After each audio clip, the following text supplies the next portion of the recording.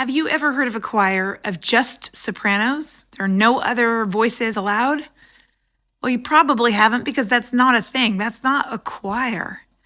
A choir includes all the parts, the tenors, the altos, the bass. My friends, we all bring different gifts to the table in the body of Christ.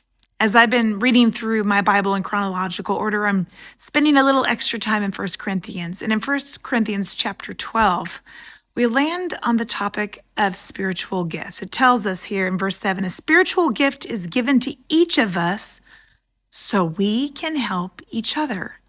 If a choir director loves all the sopranos but doesn't want any other part in the choir, they are leaving something out. They are neglecting what is going to make the whole better.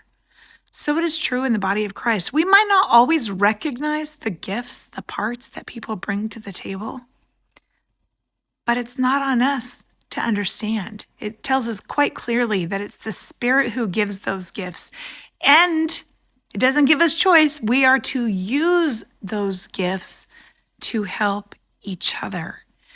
So you might not appreciate the gifts that other people are bringing to the table, but that doesn't mean we dismiss them. It means we keep our eyes open, our ears open for ways that God is using those gifts to balance us and what we also are bringing to the table. I know in my life, I've had those people sharpen me with gifts that I didn't quite appreciate. But lo and behold, it was necessary and made something beautiful in the process. May we all be receptive to the different gifts and how God has chosen to dole them out. It is for His glory, not for ours. Something to contemplate today.